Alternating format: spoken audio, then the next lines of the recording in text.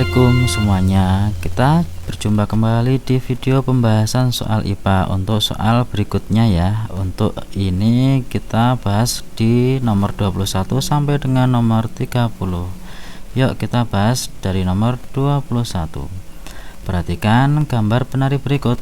Nah, gerakan lengan penari yang lemah gemulai melibatkan kerja otot untuk menggerakkan tulang pada persendiannya. Otot dan sendi yang bekerja pada lengan seperti tampak pada gambar adalah, perhatikan gerakan tangan yang menekuk seperti itu. Nah, menekuk begini ya. Jadi di sini bagian atas ada otot bicep. Bicep menarik ini berarti bicep kontraksi. Bicep kontraksi, sedangkan yang di bawah bicepnya tricepnya relaksasi. Tricep relaksasi. Jadi jawabannya adalah bicep kontraksi dan tricep relaksasi. Nah, persendiannya di sini adalah sendi engsel karena digerakkan ke satu arah. Nah, gitu ya. Kebalikannya, kalau sedang diluruskan, di mana di sini sikunya, maka yang terjadi adalah tricepnya kontraksi, tricep kontraksi, sedangkan bicepnya relaksasi, gitu ya. Itu nomor 21. Berikutnya nomor 22. Perhatikan gambar organ pencernaan berikut. Gambar X menunjukkan organ lambung. Nah, enzim yang dihasilkan dan proses pencernaan yang terjadi adalah titik-titik. Ingat, di lambung ada PR, P pepsin, dan R adalah renin. Ada nggak di sini pepsin dan renin? Ada nih, A sama D. Kemudian proses pencernaannya atau fungsi enzim tersebut adalah pepsin PPP, mengubah protein menjadi pepton. Ada nggak di sini protein menjadi pepton? D ya, jawabannya itu. Nah, sedangkan renin ini salah, bukan mengubah pepton menjadi asam amino. Ini adalah fungsi dari tripsin yang dihasilkan oleh pankreas, dicerna di usus halus. Selanjutnya nomor 23. Perhatikan gambar jantung. Ada huruf V menunjuk bagian ini. Nama dan fungsi organ yang ditunjuk dengan huruf V adalah titik-titik. Perhatikan yang bawah adalah ventricle atau bilik, sedangkan yang atas adalah atrium atau serambi. Sedangkan fungsinya adalah, kalian bisa menghafalkan seperti ini. Jika ini jantung, kemudian dibagi menjadi 4 ruang. Nah, di sini adalah bilik kiri, yang di sini adalah bilik kanan babi, gitu ya. Yang ini adalah serambi kanan, yang ini serambi kiri. Nah, gampang mengingatnya, dari bilik kiri ada darah dipompa keluar menuju ke seluruh tubuh ya, menuju ke seluruh tubuh. Kemudian dari seluruh tubuh ini dikembali ke serambi kanan. Nah, jadi yang keluar dari jantung membawa oksigen, sedangkan yang kembali ke jantung adalah membawa CO2. Nah, CO2 kembali ke serambi kanan, kemudian turun ke bilik kanan, kemudian dipompa ke paru-paru, ini dikeluarkan lewat pernapasan. Nah, ini CO2 nya dikeluarkan lewat pernapasan. Kemudian saat menghirup oksigen, maka oksigen akan diangkut ke serambi kiri. Nah, ini oksigen, kemudian ke bilik kiri, lalu dipompa lagi ke seluruh tubuh. Demikian pula seterusnya. Jadi yang V di sini adalah ventricle kanan atau bilik kanan. Yang mana itu? Nih, ventrikel kanan berfungsi memompa darah yang mengandung banyak CO2 ke paru-paru. Lihat, perhatikan yang ini, ventrikel kanan atau bilik kanan memompa darah yang kaya CO2 menuju ke paru-paru. Gitu ya, jawabannya adalah C. Berikutnya nomor 24. Perhatikan gambar percobaan pernapasan menggunakan spirometer sederhana berikut ini. Nah, pada percobaan yang pertama, siswa meniup udara setara dengan bernapas biasa. Nah, pada percobaan kedua, siswa meniup udara sekuat-kuatnya. Hasil percobaan dicatat dalam tabel berikut. Perhatikan tabel hasil percobaannya. Nah, yang pertama nih 550, kemudian 500 dan seterusnya, rata-ratanya 487,5 ml. Kemudian percobaan yang kedua dengan meniup sekuat-kuatnya, ini rata-ratanya 1520 ml. Nah, atau yang pertama ini 500, yang kedua 1500. Mudahnya begitu ya. Nah, pertanyaannya adalah pernyataan yang sesuai berdasarkan hasil percobaan tersebut adalah, nah di sini ada istilah udara tidal, kemudian ada udara residu, kemudian ada udara komplementer. Nah, jadi manakah yang disebut dengan udara tidal, udara residu, dan udara komplementer itu? Nah, sekarang kalian perhatikan, saya cantumkan grafik di sini ya. Ini volume udara tidal yang besarnya adalah 500 ml. Ini saat bernapas biasa, ini menghirup, menghembuskan lagi, menghirup lagi, menghembuskan lagi. Ini yang dihirup dan dihembuskan adalah 500 ml. Nah, itu volume tidal. Jadi di sini yang A, udara tidal ditunjukkan oleh percobaan 1. Betul ya, dengan angka rata 487,5. Oke, yang A betul, jawabannya adalah A. Nah, sedangkan udara residu itu yang mana? Udara residu ini volume sisa atau residu. Jadi pada saat dihembuskan dengan sekuat-kuatnya yang ke bawah ini, ternyata masih ada udara yang tertinggal di paru-paru sebesar 1000 ml atau 1 liter. Ini adalah udara residu yang tidak ikut keluar. Nah, jadi yang dikeluarkan dengan sekuat-kuatnya ini namanya volume cadangan ekspirasi atau suplementer. Nah, kebalikannya, kalau yang komplementer adalah ini volume cadangan inspirasi pada saat menghirup dengan sekuat-kuatnya. Itu adalah udara komplementer. Jadi pada percobaan 1 menunjukkan udara komplementer. Salah ya, yang betul adalah udara tidal. Oke. Kemudian yang ini percobaan 1 menunjukkan udara tidal dan percobaan 2 adalah udara residu. Salah, yang betul udara komplementer. Nah, ini tadi.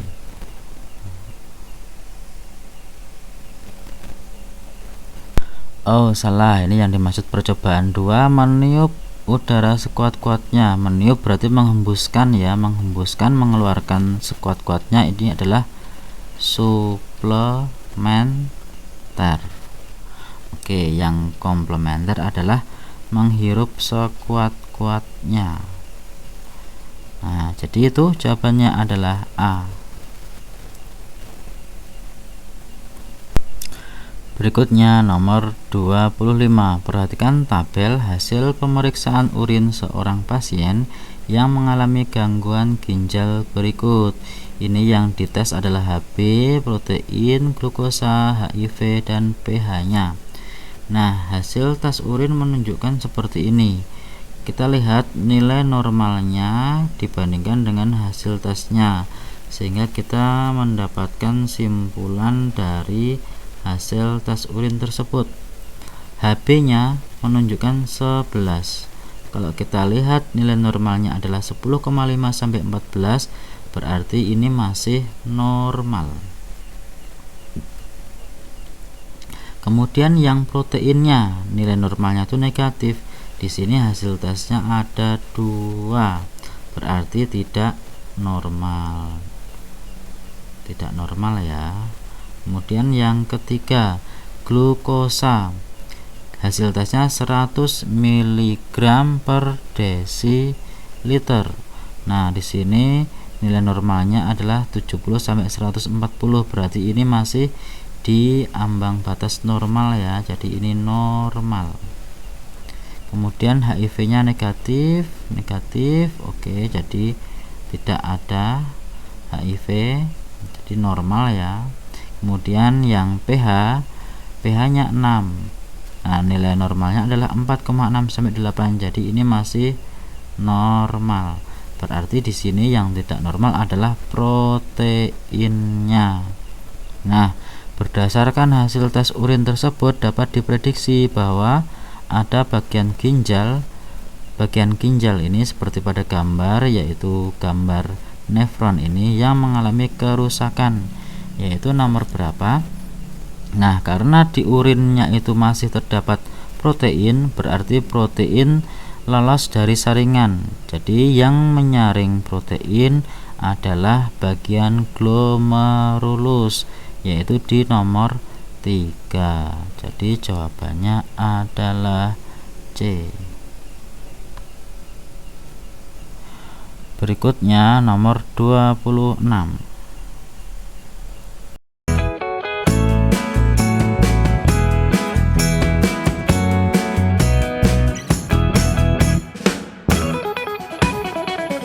Perhatikan soal nomor 26. Ada siklus menstruasi. Nah, berdasarkan gambar ini, apabila Sekar mengalami menstruasi hari pertama pada tanggal 5 Februari 2022, maka prediksi yang paling sesuai adalah titik-titik. Kita lihat satu persatu. Yang pertama, menstruasi berikutnya terjadi pada tanggal 5 Maret 2022. Kita lihat bagian yang bawah di sini. Nah, di sini siklusnya dari di sini yang pertama di D0. Kemudian yang di sini berikutnya ada di hari ke-24, berarti siklusnya adalah siklus pendek, yaitu 24 hari. Nah, berarti mes berikutnya ada di tanggal dari 5 Februari ditambah 24, jadi ada di tanggal 29 Februari. Jadi ini salah ya, bukan 5 Maret tetapi 29 Februari. Kemudian yang B, produksi estrogen turun pada tanggal 12 Februari. Dilihat estrogennya di sini turun pada saat terjadi ovulasi, jadi hari ke-12. Nah, berarti ditambah dengan 12. 5 ditambah 12 sama dengan 17 Februari, bukan 12 tetapi 17. Nah, kemudian yang C, progesteron menurun pada tanggal 24 Februari. Dilihat progesteronnya turun. Ini progesteronnya turun pada tanggal 24 Februari. Salah ya, di sini turun ketika akan menstruasi kembali. Nah, jadi bukan 24 melainkan tadi 29. Kemudian kenapa pada saat ini itu turun?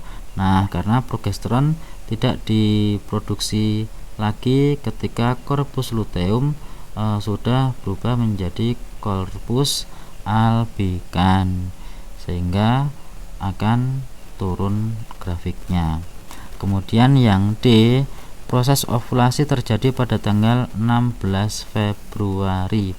Nah, di sini ovulasinya di hari ke-12, sehingga tinggal ditambah 5 ditambah 12 sama dengan 17, atau yang mendekati dengan itu yaitu 16 Februari. Jadi jawabannya adalah D. Proses ovulasi terjadi pada tanggal 16 Februari 2022.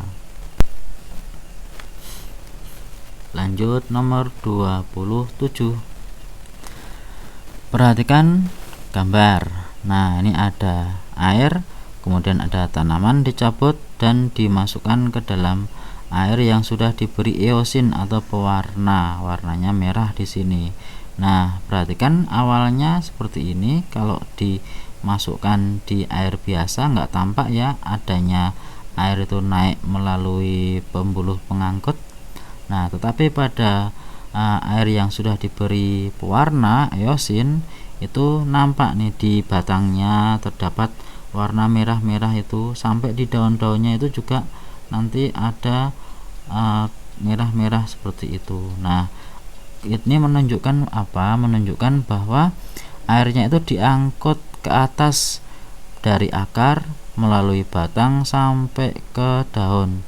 Nah, siapa itu yang mengangkut air? Jadi yang mengangkut air adalah pembuluh xilem. Jadi jawabannya D.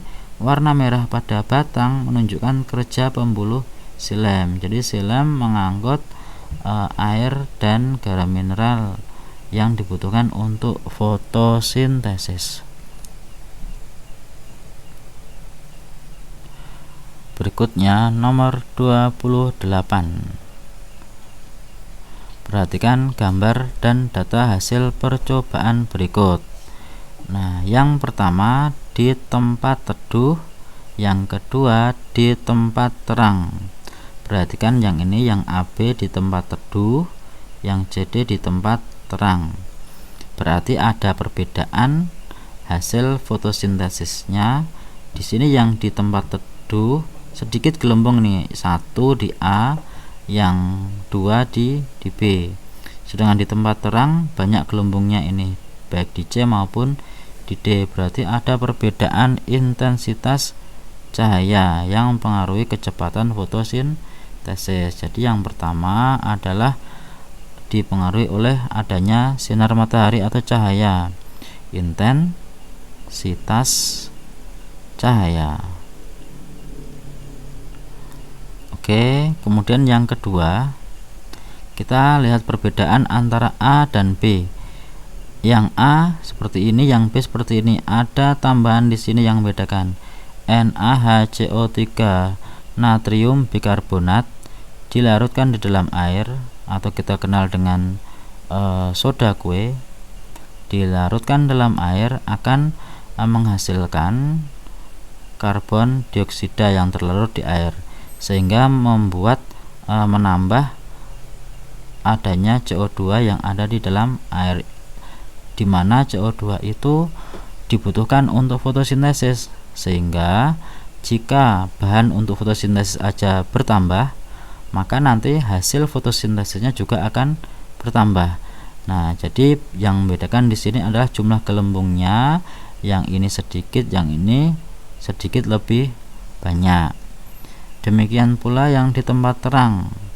Dengan adanya NaHCO3, maka yang di C itu sedikit banyak, sedangkan yang di D itu sangat banyak ya, ada sangat banyak tuh, sehingga berbeda. Nah, ini membuktikan bahwa semakin banyak CO2 maka semakin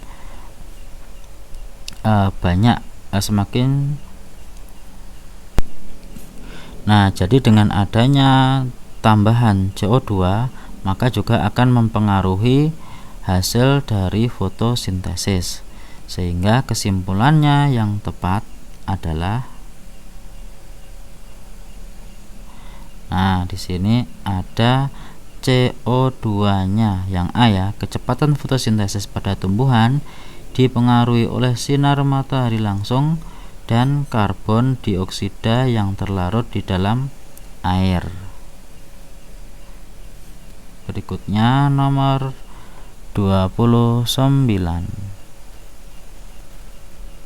Persilangan antara tanaman mangga berbuah besar masam. Jadi saya tuliskan B besar, M kecil, dengan tanaman mangga berbuah kecil manis B kecil, M besar. Jadi ini adalah B1 nya. Kemudian kita tuliskan bisa di sini adalah fenotipnya, yang ini besar masam. Kemudian yang ini adalah kecil manis. Nah, kita tuliskan gametnya. Yang ini adalah B besar M kecil, sedangkan yang ini adalah B kecil M besar. Sehingga hasil persilangannya diperoleh F1, yaitu B besar, B kecil, M besar, M kecil. Nah, karena B besar itu adalah besar dan M besar itu adalah manis, maka hasilnya adalah besar manis. Nah, kemudian jika keturunan pertama F1 tersebut, keturunan pertama F1 disilangkan dengan tanaman mangga berbuah kecil manis B kecil, M besar, maka perbandingan fenotip keturunan antara tanaman mangga yang berbuah besar manis dan berbuah kecil manis adalah titik-titik. Nah, kita tuliskan persilangan antara yang ini keturunan pertama F1 dengan B kecil, M besar. Kita tuliskan di sini sebagai P2-nya adalah B besar, B kecil, M besar, M kecil, besar manis. Ini sebagai F1-nya, kemudian disilangkan dengan B kecil, M besar. Ini kecil manis. Hasil persilangan ini kita tuliskan.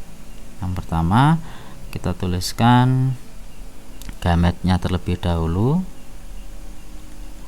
Yang ini ada 4, berarti gametnya B besar, M besar, kemudian ada B besar, M kecil, kemudian ada B kecil, M besar, dan juga B kecil, M kecil. Sedangkan yang kecil manis gametnya adalah B kecil, M besar. Nah, ini akan kita peroleh keturunan yang kedua, yaitu F2. Kita buatkan tabelnya biar mudah.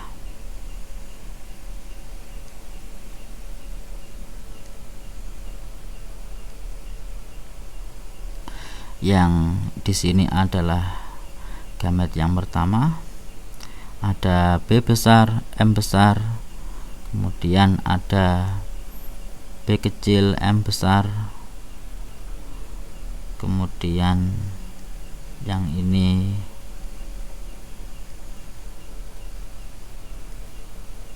ada B besar, M kecil, yang ini B kecil, M kecil, sedangkan yang gamet satunya lagi B kecil, M besar. Nah, dari dua gamet ini digabungkan menjadi B besar, B kecil, M besar, M besar. Yang ini B kecil, M besar, M besar. Yang ini dengan ini B besar, B kecil, yang ini M besar, M kecil. Sedangkan yang ini sama ini B kecil, M besar, M kecil. yang ini apa? Yang ini jika ada B-nya besar berarti besar. Kemudian yang besarnya lagi mana? Yang besar lagi ini besar. Sedangkan yang kecil semuanya adalah kecil. Ini juga kecil. Kemudian yang M besar atau M besar M kecil itu adalah manis. Ini manis, semuanya manis ya, berarti ini juga manis. Ini manis, juga manis. Nah, dari sini semuanya kita bisa peroleh perbandingan antara besar manis dibanding dengan kecil manis. Ini besar manis ada 2, kecil manis juga ada 2, berarti 1 banding 1, sehingga kita lihat jawabannya adalah 1 banding 1. Nah, jadi jawabannya adalah A. Kita lanjutkan ke nomor berikutnya, terakhir nomor 30. Perhatikan gambar produk bioteknologi konvensional berikut. Ini adalah pembuatan tempe dari kedelai menggunakan jamur Rhizopus oryzae. Jadi yang Saccharomyces ini udah salah ya. Nah, pernyataan yang tepat terkait pembuatan produk bioteknologi konvensional seperti yang tampak pada gambar adalah, nah, jadi yang C ini, merombak senyawa organik kompleks menjadi lebih sederhana. Kalau yang A, jamur Rhizopus oryzae diperlukan untuk mengubah glukosa secara cepat, salah ya. Oke, terima kasih sudah menyimak video pembahasan soal ini. Terima kasih. Assalamualaikum warahmatullahi wabarakatuh.